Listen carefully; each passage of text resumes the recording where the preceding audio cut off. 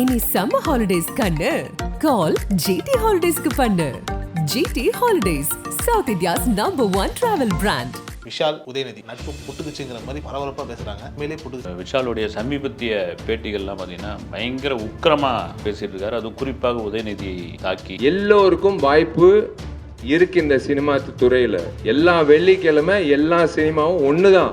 அது பெரிய படம் சின்ன படம்ன்றது நிர்ணயிக்கிறது மக்கள், நடுவில் இருக்கிறவங்க கிடையாது. இப்போ யாரை சொல்றாங்க? ரெட் ஜெயின்ட் தான் யாரை சொல்றாங்க? உதயநிதி தான் சொல்றாங்க இல்லைங்களா? அதனால வந்து அந்த பிரச்சனை வரும். அதனால அவர்கிட்ட போயிருக்கோம். ரொம்ப உரிமையோட உதய் வாடா போடா அப்படிலாம் பேசிட்டு இருந்தாரு. அப்போ ஸ்டாலின் அங்கிள் தான் கூப்பிட்டேன். நான் வந்து துர்கா ஆண்டி வீட்டில் நான் சாப்பிட்ருக்கேன், நாங்கள் ஒன்றா வளர்ந்தவங்க. ஏறக்குறைய வந்து இந்த ரெட் ஜெயின்ட் ஆரம்பிக்கிறதுக்கு காரணமாக இருந்தவர் இந்த விஷால். ஏற்கனவே விஷால் என்ன சொல்றாரு, மார்க் ஆண்டனிக்கு அந்த பிரச்சனை இருந்தது, நீங்கள் என்ன வந்து உங்கள் கண்ட்ரோலில் மொத்தத்தையும் எடுத்துகிட்டு வரீங்களே, இது நியாயமா அப்படின்ற அதிகப்படியான ஸ்க்ரீன்ஸ் வந்து அரண்மனை 4க்கு கிடைக்குது. அரண்மனை 4 என்ன அவ்வளோ முக்கியமான படமா? சரி, இதுலேயே வந்துட்டு டிஎம்கேவும் தாமரையும் சேர்ந்து நிறைய வேலைகள் செய்கிற மாதிரி தெரியுது. அங்கே பிஜேபி வேட்பாளர் அவர் ப்ரொடியூஸ் பண்ணியிருக்காரு, ஃபர்ஸ்ட் காப்பி இவர் பண்ணியிருக்காரு, குஷ்பும் பிஜேபியில் தானே இருக்காங்க. ஆனால் இவங்க வாங்கி அதை ரிலீஸ் பண்ணுறாங்க. அண்ணா நகரில் இருக்கிற அவங்க வீட்டு முன்னாடி தண்ணி தேங்குது பார்த்தீங்களா, எங்கள் வீட்டிலே வந்து வயசான சீனியர் சிட்டிசன்லாம் இருக்காங்க, அவங்க நிலைமை என்ன ஆகுறது அப்படின்னு போகிற போக்கில் மத்திய அரசு கொடுத்த 4000 கோடி என்ன ஆச்சு, எல்லாம் சரியாக பண்ணீங்களான்னு ஒரு வார்த்தை கேட்டுட்டேன். எங்கள் வீட்டில் தண்ணி உள்ளே வந்துருச்சுன்னா, எங்கள் அம்மா அழுதுச்சுன்னா நான் கண்டிப்பாக நான் சொல்லுவேன். என்னோட எமோஷன் வந்து ப்ரமோஷனுக்காக நான் பயன்படுத்துறது கிடையாது. இதுதான் விஷால் மீது ஒட்டுமொத்தமான கோபத்திற்குள்ளாக. இன்னொரு தரப்புலேருந்து பார்க்கும்போது ஒரு சமயம் விஷாலுக்கே ஒரு படம் மேலே வந்து நம்பிக்கை இல்லையோ, அதனால அரண்மனையை வந்துட்டு திட்டிகிட்டே இருக்காரு, அப்படி ஒரு கோணத்தில் பார்க்கணும்.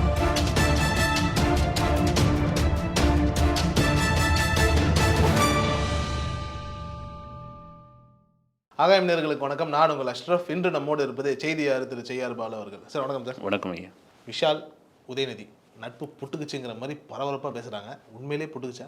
உண்மையிலேயே வந்து விஷாலுடைய சமீபத்திய பேட்டிகள்லாம் பார்த்தீங்கன்னா பயங்கர உக்கிரமாக, அப்படி ஒரு உக்கிரமாக பேசிகிட்டு இருக்காரு. அதுவும் குறிப்பாக உதயநிதியை தாக்கி, ரெட் ஜெயின்ட்டை தாக்கி, சினிமாவே வந்து நீங்கள் வந்து உங்கள் கட்டுக்கோப்பில் வச்சுருக்கீங்க, சினிமாவை நீங்கள் தான் ஆண்டுக்கிட்டு இருக்கீங்க, சினிமா உங்கள் சொத்தா அப்படின்னு ஒட்டுமொத்தமாக என்னையா பிரச்சனை அப்படின்னு விசாரித்த போது அவருடைய ரத்தனம் படம் வருகிற 26ஆம் தேதி ரிலீஸ் ஆக போகுது. ரத்தனம் படம் ஒரு படம் மட்டும்தான் சோலோவாக வரணும். எல்லாம் பொதுவாக இருக்கும். வந்து நீங்கள் ஒரு ரஜினிலேருந்து ஆரம்பித்து கமல், விஜய், அஜித்துடைய படங்கள்லாம் வரும்பொழுது போட்டிக்கு படம் இருக்காது. நீங்கள் தேட்டருக்காரன் டிஸ்ட்ரிபியூட்டரும் அந்த படம் ஓடினா தாங்க எங்களுக்கு லாபம், அதனால் போட்டிக்கு படம் வேணாம் அப்படின்னு சொல்லிவிடுவாங்க. இப்போ தமிழ்நாட்டில் 1100 ஸ்க்ரீன்ஸ் இருக்குது அப்படின்னா, இப்போ ரத்தன படத்தையும் அப்படி தான் எதிர்பார்த்தார். விஷாலுக்கு என்னென்னா, போன படம் மார்க் ஆண்டனி ஒரு பெரிய வெற்றி, ஒரு 100 கோடி ரூபாய்க்குள்ளே அந்த படம் வந்துருச்சு. அந்த வெற்றிக்கு வந்து ஜெயசூரியெல்லாம் காரணமாக இருந்தாலும் அது ஒரு விஷால் படம், விஷால் தான் ஹீரோ வந்தாச்சு. ரத்தன படத்தின் மீது ஒரு பெரிய எதிர்பார்ப்பு விஷாலுக்கு உண்டானதுக்கு காரணம் என்னென்னா, பூஜை, தாமிரபரணிக்கு படங்களுக்கு பிறகு அரி கூட சேர்ந்துருக்கிற படம். அரிக்கும் இது ரொம்ப முக்கியமான படம். ஏன்னா ஒரு காலத்தில் அரி படம்னா அப்படி ஒரு ஓப்பனிங் இருக்கும், ஒரு டைரக்டரை வச்சு ஓப்பனிங். என்னென்னா போனால் விறுவிறுன்னு இருக்கேன், படம் பார்த்தாலே சக்கு புக்குன்னு அப்படி போகிறதே தெரியாது அப்படின்ற அளவுக்கு இருந்த ஒரு டாப் 5க்குள்ளே இருந்த ஒரு டைரக்டர். அது ஒரு கட்டத்தில் கிராஃப் இறங்கும். சரி, திரும்பவும் நம்ம யாருன்னு நிரூபித்து காட்டணுன்ற ஒரு கட்டாயத்தில் அரிய இருக்கார். அதனால் ரத்தனம் படத்து மீது ஒரு கவனம் இருந்தது. எங்களுக்கு தான் அதிக தியேட்டர் வேணும் அப்படின்னு இவங்க முடிவோடு இருந்தாங்க. இன்றைக்கி தியேட்ரிக்கல் அப்படின்ற ஒரு விஷயம் வரும்போது ரெட் ஜெயின் கையில் தான் வந்து பெரும்பான்மையான தியேட்டர்லாம் இருக்குது. டிஸ்ட்ரிபியூஷன் அவங்க தான் பண்ணுறாங்க. உதயநிதி அமைச்சராவதற்கு முன்னால் நான் இனிமேல் நடிக்கிறத விட்டுற போகிறேன், எனக்கு ரெட் ஜெயின்ட்டுக்கு சம்மந்தம் இல்லை, ரெட் ஜெயின்ட் யாராவது பார்த்துப்பாங்க, ஒரு படம் வாங்கிறது, டிஸ்ட்ரிபியூஷன் பண்ணுறது, தயாரிக்கிறது, இது எதுவும் என்னுடைய தலையீடு இருக்காது அப்படின்னு அவர் ஒதுங்கிட்டாலும், ஒரு பெரிய படம் ஒரு பெரிய இது வருது அப்படின்னா கண்டிப்பாக அவருடைய ஆலோசனை கேட்பாங்க இல்லைங்களா? ஆனால் அவர் இல்லைங்கிறாருன்னும் போது கேட்பாங்களா சார்? ஆனால் கண்டிப்பாக சார். இப்போ நீங்கள் வந்து அந்த ஒரு சினிமா நிறுவனத்துடைய ஓனர், நீங்கள் ஒதுங்கி ஒரு இதுக்கு போயிட்டீங்க, எனக்கு இல்லைங்க, உங்கள் அதுக்கான இன்சார்ஜெலாம் நீங்கள் இது பண்ணிட்டீங்க. இப்போ அவங்க என்னென்னா ஒரு சின்ன சின்ன படங்கள் இதெல்லாம் வந்து பண்ணிக்கிறாங்க. ஒரு பெரிய படங்கள், ஒரு பெரிய பஞ்சாயத்து வரும்பொழுது உங்ககிட்ட கேட்காம பண்ண. இப்போ யாரை சொல்கிறாங்க? ரெட் ஜெயின்ட் தான் யாரை சொல்கிறாங்க? உதயநிதி தான் சொல்கிறாங்க இல்லைங்களா? அதனால் வந்து அந்த பிரச்சனை வரும். அதனால் அவர்கிட்ட போயிருக்கும். அப்போ போகும்போது அவர் என்ன பண்ணியிருப்பார் சார்? இப்போ விஷாலையோ இல்லை ரத்னத்தையோ அழிக்கணுன்றதுக்காக அரண்மனையை கொண்டு வந்தெல்லாம் முடிவு பண்ணியிருப்பாரோ? இல்லை, அழிக்கணும்னு ஒன்றும் இது கிடையாது. ஏன்னா இவர் பேசுகிற பேச்சு பார்த்தா அப்படி தான் இருக்குது. விஷாலுடைய தொடர்ச்சி இன்டர்வியூ நம்மளே சொல்லிடுவோம் போல இருக்கு, அழிச்சிருங்க அப்படின்னு அந்த மாதிரி தான் பேசுறாரு. இல்லை நீங்கள் சொல்கிற மாதிரி விஷாலும் உதயநிதியும் ஒரு பள்ளி நண்பர்கள், தோழர்கள். அதுக்கு ஒரு சதியாக உதாரணம் சொல்லணும்னா லத்தி படத்தினுடைய ஒரு விழா நடந்தது, பிரசாத் ஸ்டுடியோவில் நடந்தது. இப்போ உதயநிதி சீஃப் கெஸ்ட்டாக வந்திருந்தார். ரொம்ப உரிமையோட உதய் வாடா போடா அப்படிலாம் பேசிகிட்டு இருந்தார். அப்போ சொன்னார், நாங்கள் 2 பேரும் பள்ளி தோழர்கள் ஸ்டாலின் அங்கிள் தான் கூப்பிட்டேன், நான் துர்கா ஆண்டி வீட்டில் நான் சாப்பிட்ருக்கேன், நாங்கள் ஒன்றா வளர்ந்தவங்க. ஏறக்குறைய இந்த ரெட் ஜெயிண்ட் ஆரம்பிக்கிறதுக்கு காரணமாக இருந்தவர் இந்த விஷால் தான். இதுவரை நண்பா நீ ஒரு ப்ரொடக்ஷன் நிறுவனம் ஆரம்பி, டிஸ்ட்ரிபியூஷன் பண்ணு, இது பண்ணுன்னு கொண்டு வந்தது இவர் தான் அப்படின்ற அளவுக்கு அந்த நட்பெல்லாம் இருந்தது. இந்த படம் ரத்தனம் படத்துக்கு ஏன் விஷால் அவ்வளோ பெரிய ஆளா? ஏற்கனவே விஷால் என்ன சொல்கிறாரு, மார்க் ஆண்டனிக்கே அந்த பிரச்சனை இருந்தது. மார்க் ஆண்டனிக்கே தேட்ரிக்கலுக்கு அவ்வளோ நாங்கள் கஷ்டப்பட்டோம், நீங்கள் என்ன உங்கள் கண்ட்ரோலில் மொத்தத்தையும் எடுத்துகிட்டு வரீங்களே, இது நியாயமா அப்படின்ற ஒரு விஷயம் இருந்தது. இது ஒவ்வொரு ஆட்சி நடக்கும் பொழுதும் ஒவ்வொரு ஆட்சியாளர்களும் செய்யக்கூடியது. நான் இங்கே ஆதரவாக எதிர்ப்பாக பேசலை. செல்வி ஜெயலலிதா அவர்கள் இருந்த பொழுது நீங்கள் ஜெயா டிவி மீறி எந்த சேட்டலைட் ரைட்ஸும் நீங்கள் கொடுத்துட முடியாது. அப்புறமா கலைஞர் ஆட்சி வந்த பிறகு கலைஞர் டிவிக்கு தான் நீங்கள் சேட்டலைட் ரைட்ஸ் கொடுக்கணுன்றது. இப்போது நீங்கள் சன் டிவி, கலைஞர் டிவிக்கு தான் கொடுத்தாகணும். இப்போ ப்ரொடக்ஷன் நிறுவனம் அப்படின்னு வரும்போது தெரிஞ்ச ஆளுங்கட்சியோடைய ஒரு முக்கியமான நபருடையதுன்னு எல்லாருக்குமே தெரியும். இது தாண்டி என்னென்னா ரெட் ஜெயின்மையில் ஒரு 2 விதமான இது. இப்போ இவர் சொல்கிறது என்னென்னா, ஒட்டுமொத்த சினிமாவும் உங்கள் கண்ட்ரோலில் எடுத்துவது, இது காலகாலமாக நடக்குது. இன்னொரு தரப்பில் ப்ரொடியூசர் தரப்பில் என்ன சொல்கிறது, எப்போ ரெட் ஜெயிண்ட் வந்தாங்களோ டிஸ்ட்ரிபியூஷன் இருக்கு இல்லைங்களா, அது ரொம்ப டிரான்ஸ்பரன்சியாக இருக்குது. அப்போ ரொம்ப கணக்கு கரெக்டாக கொடுக்குறாங்க. அது கமலஹாசனே விக்ரம் படத்தினுடைய சக்ஸஸ் மீட்டில் மேடையில் வச்சு சொன்னார், உதயநிதி வச்சு 80,000 உங்களுக்கான ஷேர்னு கொடுத்தாரு. என் வாழ்நாளில் களத்தூர் கண்ணம்மாவிலேருந்து இப்போ வரைக்கும் நடிச்சிருக்கேன், படம் சூப்பராக ஓடும். எங்கேயாவது தேட்டரில் ஒரு கிருஷ்ணகிரிலையோ எங்கேயோ ஒரு இடத்துல ஆரணிலையோ ஃபோன் பண்ணி கேட்கும்போது, சார் சூப்பராக தான் சார் இருக்குது, கூட்டம் ஒன்றும் வரல சார். அப்போ என்னென்னா இந்த டிரான்ஸ்பரன்சியாக ரொம்ப காலமாக சொல்லிகிட்டு இருக்காங்க. பாம்பே மாதிரி, மும்பை மாதிரி, ஹைதராபாத் மாதிரி, சென்னையில் ஏன் ஒரு தேட்டருக்கும் தேட்டருக்கும் ப்ரொடியூசருக்குமான ஒரு டிரான்ஸ்பரன்சியான வியாபாரம் ஏன் இல்லை? நீங்கள் உங்களுக்கு தெரியுமா தெரியலையான்னு தெரியல. நாங்களாம் படிக்கிற காலத்தில் எங்கள் ஊரில் பல ஊரில் டிக்கெட் வாங்கிட்டு கிழிக்கிற இடத்துல ஒரு நபர் ஒரு சின்ன சீட்டு வச்சுன்னு எழுதுவார். அவர் யாருன்னா அந்த டிஸ்ட்ரிபியூட்டருடைய ரெப்பு. இந்த எவ்வளோ டிக்கெட்டு விற்றுருக்காங்க, ஏன்னா டிக்கெட் கொடுக்காம காசை வாங்கி அனுப்பிச்சிட்டாங்கன்னா டிஸ்ட்ரிபியூட்டருக்காக அந்த கணக்கு கரெக்டாக போகுதான்னு. இதில் தான் குளறுபடி நடக்கும், இதில் தான் பிரச்சனை. ஓஹோன்னு ஒரு படம் ஓடினா கூட இவங்க கொடுக்குற கணக்கு தான் ப்ரொடியூசருக்கு. அதை மாற்றியவர்கள் ரெட் ஜெயிண்ட் தான். அதை கமலஹாசன் தான் அதை மேடையில் சொன்னது. இப்படி தயாரிப்பாளர் தரப்பில் ஒரு பக்கம் இருக்குது.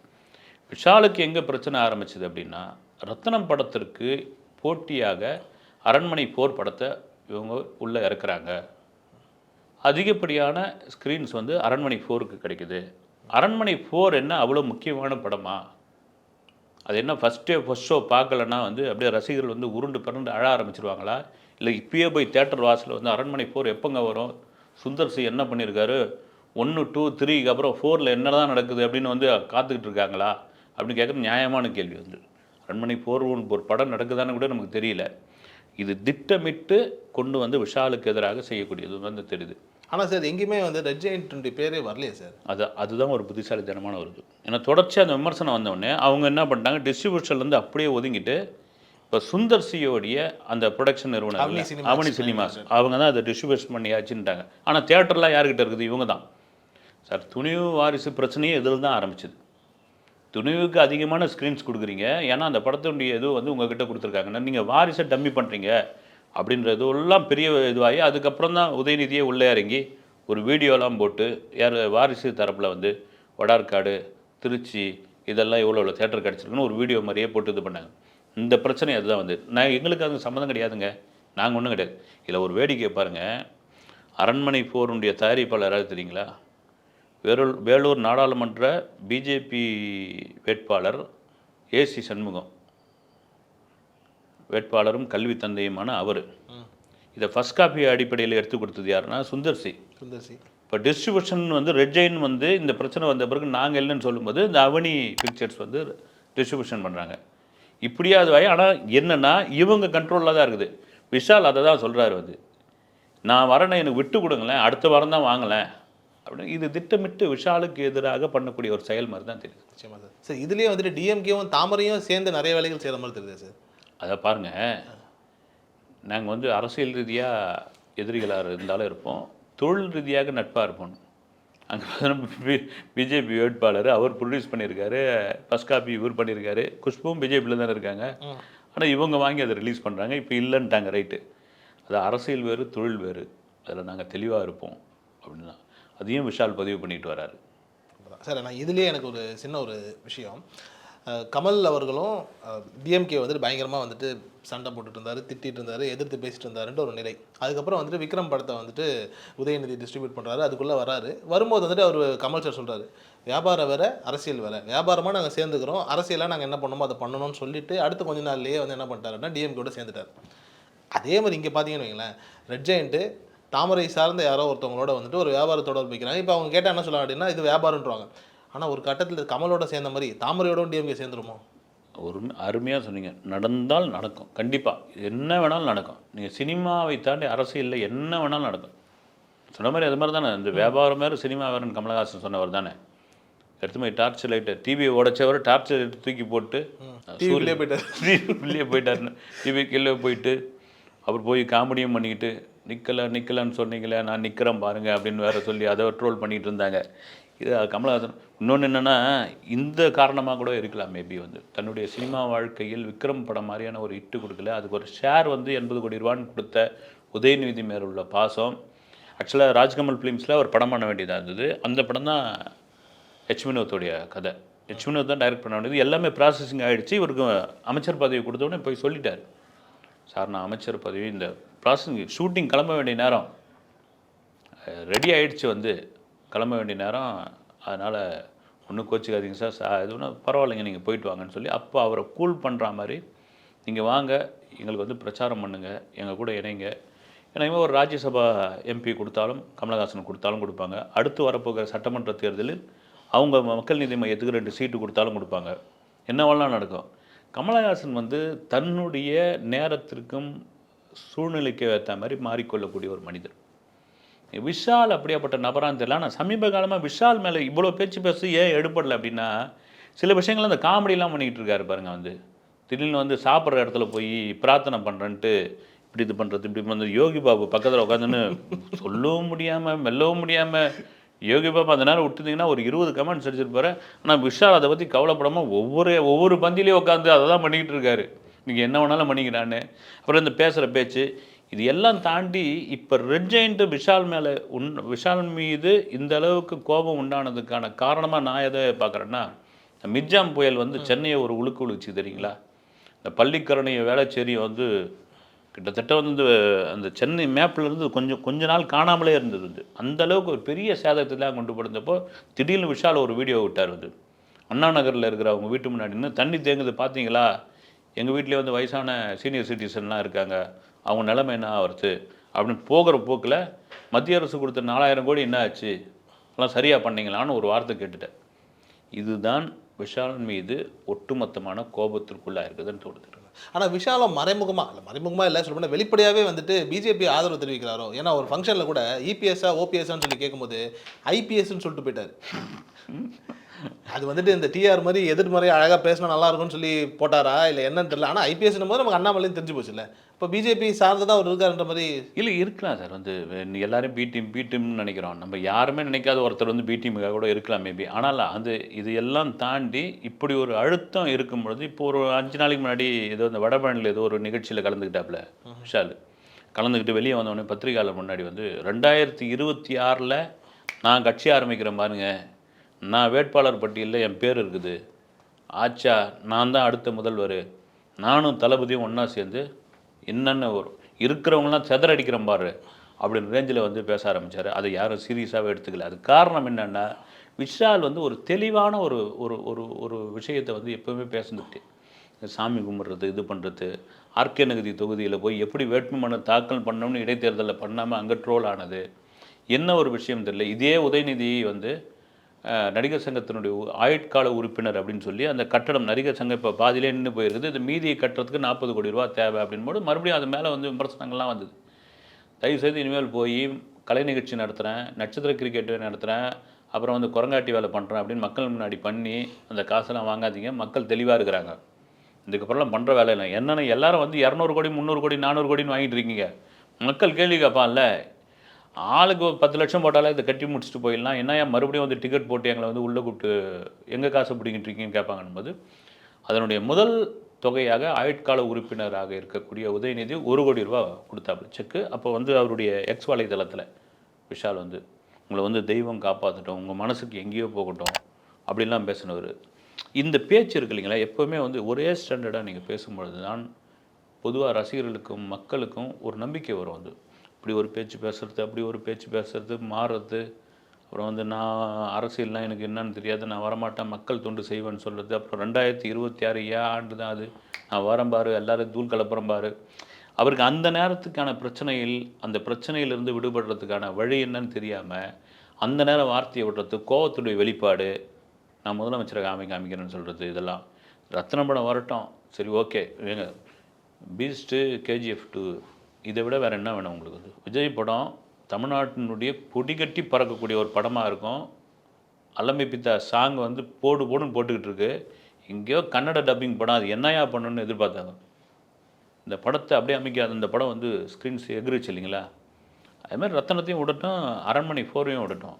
ரத்தனம் சூப்பர் டூப்பர் ஹிட் ஆகட்டும், ஸ்க்ரீன்ஸ் ஆட்டோமேட்டிக்காக தேட்டருக்காரங்களே கேட்பாங்கல்ல, இதை விடுங்கன்னு. அதுக்கு ஏன் போட்டி ஒரு இது பண்ணிக்கிட்டு இருக்காரு? இவங்களும் ரெட் ஜெயின் போட்டி விஷாலை ஏன் பெரிய ஆள் ஆக்கிட்டு இருக்காங்கன்னு தெரியல. போட்டு போட்டு இது வந்து கடந்து போய்கிட்டே விட்டுட்டு போய்கிட்டே இருக்கணும். வந்து இன்னொரு தரப்புலேருந்து பார்க்கும்போது ஒரு சமயம் விஷாலுக்கே ஒரு படம் மேலே வந்து நம்பிக்கை இல்லையோ, அதனால அரண்மனையை வந்துட்டு திட்டிகிட்டே இருக்காரு, அப்படி ஒரு கோணத்தில் பார்க்கலாமா? ஆனால் அது ஒன்று உண்மைதான் சொன்ன மாதிரி. ஆனால் எல்லாருக்கும் வந்து பொதுவாக இந்த படம் பெரிய பிரமாதமான ஹிட்டு ஆஹோ ஓஹோன்னும் போது அந்த படம் நம்ம பார்த்து முடித்த உடனே, ஏன்னா அந்த ஒரு படத்தை வந்து நீங்கள் எத்தனை முறை போட்டு பார்த்துருப்பீங்க. ஒரு படத்தை வந்து நீங்கள் ரிலீஸுக்கு முன்னாடி, இப்போ நீங்கள் தான் ஒரு படம் எடுத்துருக்கீங்க, ரிலீஸுக்கு முன்னாடி என்ன பண்ணுறீங்க, ஒரு 10 ப்ரெஸ் மீட் வைக்கிறீங்க, ஆடியோ லான்ச்சில் பேசுகிறீங்க, அதை பண்ணுறீங்க, இது பண்ணுறீங்க, சேனலில் இன்டர்வியூ கொடுக்குறீங்க. இந்த மாதிரியான ஒரு படத்தை நீங்கள் பார்த்தே இருக்க மாட்டீங்க. அப்படி இப்படின்னு சொல்லும் பொழுது பொதுவாக இருக்கிற மீடியாவில் எனக்கே கூட உண்மையாக தான் இருக்கும் பொழுது அவருடைய கண்டென்ட் மேலே அவர் போய் படம் பார்த்தவருக்கு தான் எந்த இதுவில் வச்சு அவர் சொன்னார்.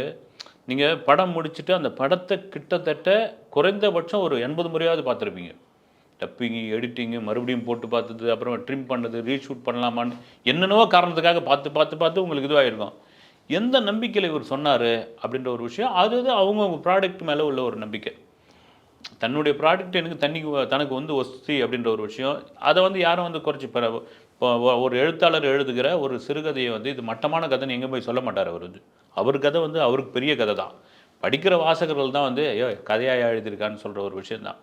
ஒருவேளை நீங்கள் சொல்கிற மாதிரி அவர் பார்த்துட்டு ரத்தன படம் பார்த்துட்டு என்னையா இப்படி படம் வந்திருக்குது, இது எப்படியாவது இது பண்ணி ஆகணும் அப்படின்னு இதில் களத்தில் இறங்கி இப்படி பேசுகிறாரான்னு தெரியல.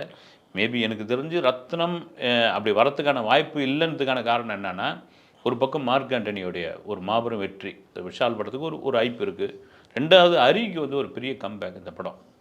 அரி தான் இடத்த பிடிச்சாகணும் அப்படின்ற ஒரு இதுவும் இந்த கூட்டணி சேரும்போது அந்த ட்ரெய்லர்லாம் பார்க்கும்பொழுது ஒரு வைப்பாக இருக்குது, கெட்ட வார்த்தைகள்லாம் யூஸ் பண்ணியிருக்காங்க, ரைட்டு. ஆனால் எனக்கு என்ன தோணுதுன்னா, இந்த அரண்மனை 4 ஏன் இப்போ கொண்டு வரணும் அப்படின்ற ஒரு விஷயம். நீங்கள் திரும்பவும் அதுதான், அரண்மனை 4ல் வந்து ஒரு முன்னணி நட்சத்திரங்கள் நடிச்சிருக்கிறாங்க, அல்லது வந்து ஒரு முன்னணி இசையமைப்பாளர், ஒரு முன்னணி இயக்குனர் இயக்கியிருக்கிறாரு, ஒரு லைம்லைட்டில் இருக்கிற லோகேஷ் கனகராஜ் மாதிரியான ஒருத்தர் இயக்கியிருக்காருன்னா அந்த படம் ரைட்டு, இந்த டேட்டில் தாங்க வந்தாவன் அப்படின்னு. அது என்ன அரண்மனை 4 என்ன சொல்லிட போகுது, ஏதோ சொல்லிட போகுது, அது ஒன்றும் கணத்தில் போட்ட கல் மாதிரி தான் இருக்குது. வந்து அது ஏங்க ரத்தன படத்துக்கு நீ அடுத்த வாரம் தான் வந்துட்டு போங்களேன், நீங்கள் ஏன் போட்டு அதை போட்டு இது பண்ணிட்டு இருக்கீங்க? இந்த கேள்வியும் கேட்க தோணும். ஆனால் ஒரு சமயம் இன்சைட் சோர்சஸ்லாம் சுந்தர் சி டீமுக்கு தெரிஞ்சு ரத்னம் சுமாராக தான் இருக்குது, இந்த டைமில் அரண்மனை விட்டோம்னா எப்பவுமே ஒரு படம் சுமாராக இருந்துச்சுன்னா இன்னொரு படம் டப்புன்னு பீக் அடிச்சிடும்ல, அப்படி நம்ம போட ஓடிட்டோங்கிற மாதிரியான ஒரு கணக்கு இல்லை. உண்மை அதுவும் சினிமாவில் நடக்கும். வந்து ஏதாவது தகவலில் கேள்விப்படுவாங்க இல்லைங்களா, சார் அந்த படம் ஒன்றுமே இல்லை, இந்த நேரம் கரெக்டாக விடுங்க அப்படின்னு. ஆனால் இந்த நேரம் வந்து ஒரு என்ன சொல்கிறது, வந்து எலெக்ஷன் முடிஞ்சு போச்சு ரைட்டு, ஆனால் இது சரியான இது உள்ள ஒன்று, எக்ஸாம் முழுமையாக எங்கேயும் முடியல, வந்து எங்கேயும் முடியல. ஒரு வேளை மே மாதம் வந்தால் அந்த 2 படத்துக்குமே அது நல்லதாக இருக்கும். வந்து ஏன் ஏப்ரல் 26ன்னு பிடிச்சின்னு இப்படி உழுக்குன்னு உழுக்குறாங்கன்னு தெரியல 2 பேருமே. வந்து ஒருவேளை சொன்ன மாதிரி ரத்னம் படம் சுமாராக தாங்க இருக்குது, அரண்மனை 4 விடலாமா அப்படின்னு முடிவுக்கு வரலாம். நீங்கள் அது ரத்ன படமாக இருக்கட்டும், அல்லது வந்து மகாரத்னமாக படமாக இருக்கட்டும், எதுவாக இருந்தால் இருக்கட்டும், நீங்கள் எவ்வளோ பெரிய படமாக இருந்தாலும் அந்த முதல் நாள் முதல் காட்சி இருக்கு இல்லைங்களா, அது தாங்க தலையெடுத்த நிர்ணயிக்க. மஞ்சுமல் பாய்ஸ்னு ஒரு படம் எவ்வளோனாவது இங்கே நினச்சி பார்த்துருப்பாங்களா? உண்மையிலே சத்தியமாக வந்து இப்படி ஒரு படம் இப்படி ஒரு தாக்கத்தை ஏற்படுத்தும், ஒரு 200 கோடி சம்பாதிக்கணும்னு அந்த டீமே நினச்சிருக்க மாட்டாங்க. அதுதான் சினிமா. அதனால் ரத்னமும் வரட்டும், அரண்மனை 4ம் வரட்டும், எது நல்ல கண்டென்ட்னு மக்கள் அந்த ஃபஸ்ட் ஷோவில் முடிவு பண்ணிட்டு. நிச்சயமா சார். சார் அதே மாதிரி விஷாலை பற்றி ஒரு விஷயம், நிறைய இடங்கள்ல வந்துட்டு அவர் பேசுறது வந்துட்டு கொஞ்சம் முன்னுக்கு பின் முரணாகவே இருக்குல்ல சார். ஒரு மாதிரியான ஒரு பிறழ்வு அவரோட வார்த்தைகள்லேயே நிறைய இடங்கள்ல வருது. இப்போ எங்கேயாவது ஒரு இடத்துல இப்போ வந்து தமிழ்நாடே அவங்களுக்கு தானாங்கிற மாதிரி வந்துட்டு டிஎம்கேவெல்லாம் சொல்றாரு. தமிழ்நாடே அவங்களுக்கு தானா, அவங்க சினிமா அவங்க சொத்தா இப்படின்லாம் சொல்றாரு. ஆனால் அவர் சில வருடங்களுக்கு முன்னாடி வந்துட்டு எல்லா சங்கங்களும் அவருதுன்ற ஒரு நிலையில தான் எல்லா விதமான பதவிகளுக்கும் தலைவர் பதவியிலேருந்து எல்லாத்துக்கும் உள்ள வந்தார். அவரும் அதே மனநிலையில தான் இருந்திருக்காரு. இப்போ வந்துட்டு இன்னொரு கட்சியை வந்துட்டு இதே மாதிரி சொல்றதுங்கிற மாதிரியான விஷயங்களை எப்படி பார்க்குறது? கூட 26 அரசியலுக்கு வரும்னு சொல்றது, இவர் என்ன வந்து அரசியலுக்கு பண்ணிட முடியும் அப்படிங்கிற ஒரு கேள்வி இருக்கு இல்லையா? இல்லை, ஹைப்பர் ஆக்டிவிட்டிஸ் அவர் வந்து ஒரு ஹைப்பர் ஆகிறது, அது ஆகக்கூடாது. வந்து நீங்கள் வந்து உணர்ச்சி வசப்படலாம். ஓவராக உணர்ச்சி வசப்படும் போது வேறு விதமாக அது ரியாக்ஷனாக மாறிடும். உணர்ச்சி வசப்படக்கூடியவன் தான் கலைஞர். வந்து நீங்கள் சொல்கிற மாதிரி திடீர்னு பார்த்தா ப்ரொடியூசர் கவுன்சிலில் இருப்பார், அவர் நடிகர் சங்கத்தில் இருப்பார், ஆர்கே தொகுதியில் வந்து வேட்புமனு தாக்கல் பண்ணுவார், யாருக்கு எதிராவது இது பண்ணுவார், அப்புறம் கொந்தளிச்சு பேச ஆரம்பிச்சிடுவார். அவர் தளபதினு வச்சுக்கிட்டா வந்து புரட்சி தளபதினு வச்சுருவார்.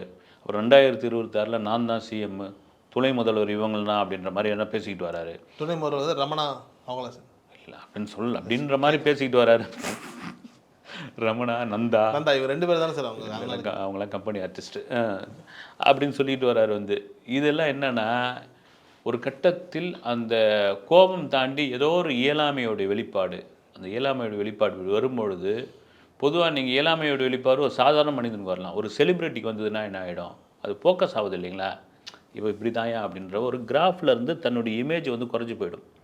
இந்த விஷால் அனலைஸ் பண்ணியிருக்காரா, பண்ணலையா, யாராவது எடுத்து சொல்கிறாங்களா, சொல்லலையா அப்படின்ற மாதிரி ஆகிடும்.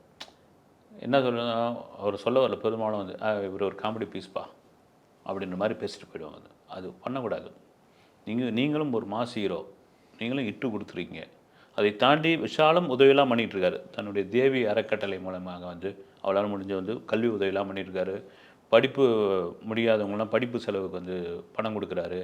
என்னென்ன மருத்துவ செலவுகள்லாம் பண்ணிகிட்ருக்காரு. வந்து ஒரு பெரிய ப்ரொடியூசருடைய ஒரு விஷால் வந்து ஒன்றும் சோத்துக்கு தண்ணிக்கு லாட்டி அடித்தவர் கிடையாது. அவங்க தந்தை ஜிகே ரெட்டி வந்து அந்த காலகட்டங்கள்லேயே வந்து கடப்பா கல்லேருந்து மார்பல் கல் வரைக்கும் பெரிய வியாபாரம் பண்ணவர். அவரும் ப்ரொடியூசர், ஐ லவ் இந்தியா மாதிரியான பெரிய படங்கள்லாம் எடுத்திருக்காரு. விஷால் ஆக்சுவலாக வந்து விஷாலுடைய அண்ணன் அஜய் கிருஷ்ணா தான் வந்து ஹீரோவாக வர வேண்டியது. அதை தான் அவங்க அப்பா விரும்பினார். இவர் டைரக்டர் ஆகணும்னு முடிவு பண்ணார். சினிமா அப்படியே பெரட்டி போட்டுரும். அர்ஜுன் கிட்ட உதவியாளராக இருந்தவர் தானே வேதம் படத்தில். அங்கே காந்தி கிருஷ்ணா வந்து செல்லமே படத்துக்கு செகண்ட் ஹீரோ தேடிட்டு இருக்கும்போது இந்த பையன் குறுக்க நெடுக்கும் ஓடிட்டு இருக்கும்போது அர்ஜுன் கிட்ட இவர் கூட்டுமாயிட்டுமா, நடிக்க வைக்கட்டுமான்னு அப்படி கூட்டின்னு வந்தவர் தான். அப்படி வந்து செல்லமேலேருந்து மாறினவர் தான் நடிகராக மாறினார். அந்த இடத்தை தக்க வைத்துக் கொள்வதற்கு ஒரு சரியான ஒரு பேச்சு, நீங்கள் சொல்கிற மாதிரி துல்லியமாக பேசணும். அது என்னென்னா, ஏதோ ஒரு காரணம், ஒரு வயசாக ஆகிடுச்சு, ஒரு திருமணம் பண்ணிக்கணும், ஒரு குடும்பம் வரணும், அதெல்லாம் ஒரு ஃபோக்கஸ் தானே உங்களுக்கு. நான் நடிகர் சங்கத்தை கட்டி முடிச்சுட்டு தான் அந்த மண்டபத்தில் தான் கல்யாணம் பண்ணிப்பேன் அப்படின்னா அவருடைய கொள்கை. இது எல்லாத்தையும் கவனிக்க ஒரு சைக்காலஜிக்கலான ஒரு விஷயம் இருக்கு இல்லையா? இது விஷால் எங்கேயோ தொந்தரவு பண்ணுதோ அப்படின்ற ஒரு டவுட் எனக்கு இருக்குது. நிச்சயமா சார். ரொம்ப நன்றி சார். இனி சம்மர் ஹாலிடேஸ் கண்ணு கால் ஜிடி ஹாலிடேஸ்க்கு பண்ணு. GT holidays, South India's number 1 travel brand.